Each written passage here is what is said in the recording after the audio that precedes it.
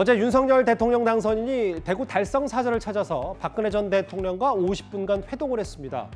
본인의 국정농단 수사에 대해서 면목이 없다, 늘 죄송했다는 취지의 발언을 했는데 이 표현을 두고 오늘 정치권이 꽤 시끄러웠습니다. 아무래도 그 지나간 과거가 있지 않습니까? 어떤 이제 인간적인 안타까움과 또 마음속으로 갖고 있는 이제 또 미안한 마음 그런 것도 말씀드리겠고. 박근혜 씨는 헌법 질서를 파괴했던 범죄인입니다. 당선인은 박근혜 씨에게 면목 없다, 죄송했다고 했습니다. 탄핵을 부정하고 민주주의를 위협하는 발언입니다. 박 전 대통령께서 지금 건강을 회복하는 중이긴 하지만 아직 많이 약한 상태입니다. 그 모습을 보고 인간적인 연민의 마음에서 인사차 또 드린 말씀이고요. 그 이상의 확대 해석을 할 필요는 없는 것 같습니다. 일부 정당에서 이걸 비판하니까 오늘 윤 당선인 측이 인간적인 연민의 마음에서 인사차 드린 것이다. 참 면목 없다, 늘 죄송했다. 이 표현은 확대 해석할 필요는 없다라고 했어요. 이동훈 의원님. 윤석열 당선인이 이제 박근혜 전 대통령을 처음 만나서 이렇게 대면하는 건 처음 만나는 거 아닙니까? 과거에 이제 악연을 씻어내기 위해서 표현을 조금 더 적극적으로 했을 수는 있다고 봅니다. 근데 굳이 그거를 이제 유영하 변호사가 그렇게 실제로 했는지 모르겠지만 면목 없다, 죄송하다 이렇게 시시콜콜 그렇게 발표하는 게 바람직했느냐?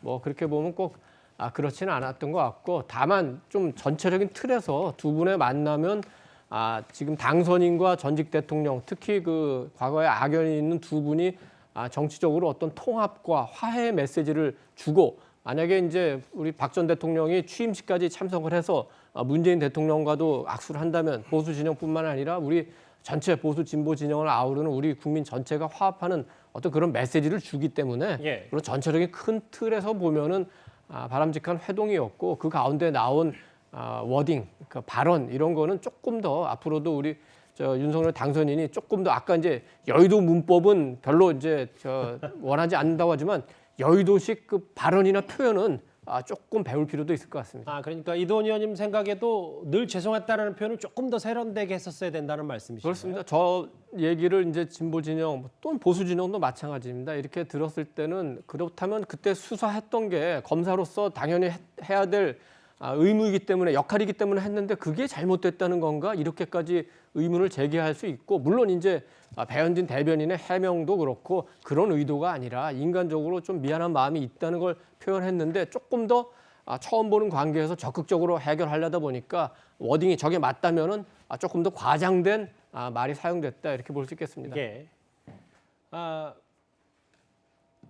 다른 정당의 반응도 한번 볼게요. 민주당, 정의당. 예. 탄핵을 부정하고 민주주의를 위협하는 발언이다.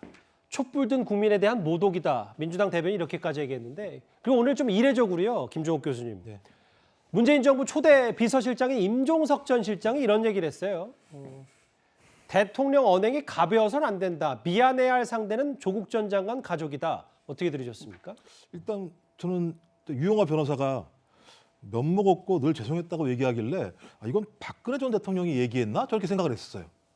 그러니까 예를 들어 박근혜 전 대통령 같은 경우는 탄핵당한 대통령이 사면이 됐으니까 좀 국민에게 면목 없고 늘 죄송하다라는 얘기를 할 수는 있습니다만, 아니 왜 윤 당선인이 뭐가 면목이 없고 뭐가 죄송한지 잘 모르겠다는 느낌이 드는 거고요. 만약 이 논리대로라면 수사에서 구속 수감된 분에 대해서는 다 면목 없고 죄송해야 되는 거잖아요. 그 논리대로라면 조국 전 장관에 대해서도 어차피 수사를 했고 수사한 거 관련해서 부인이 수감돼 있으니까 뭐 이렇게 얘기할 수 있다는 생각이 듭니다만, 저는 이 문제는 좀 사소한 문제인 거고 계속 조국 전 장관을 이런 문제 끌고 올 필요는 없다는 생각이 드는데, 전 가장 큰 문제는 그런 거예요.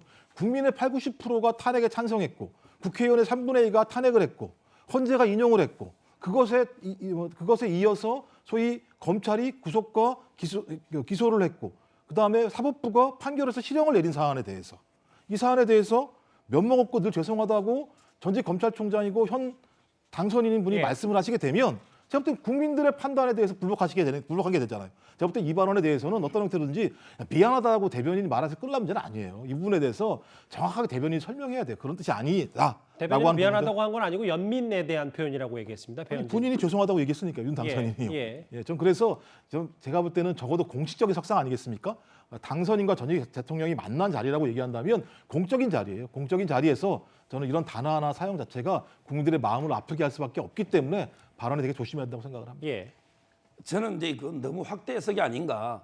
저 윤석열 당선인의 발언이 탄핵을 완전히 부정하거나 또는 이제 그 수사가 완전히 잘못됐다 이런 뜻이 아니고요. 예. 그냥 이제 그 역사적인 대화를 통해서 이제 그 유감을 약간 표현한 이 정도로 이게 봐야지 너무 이게 그 확대 해석하면 안 된다. 저는 그렇게 생각합니다. 예.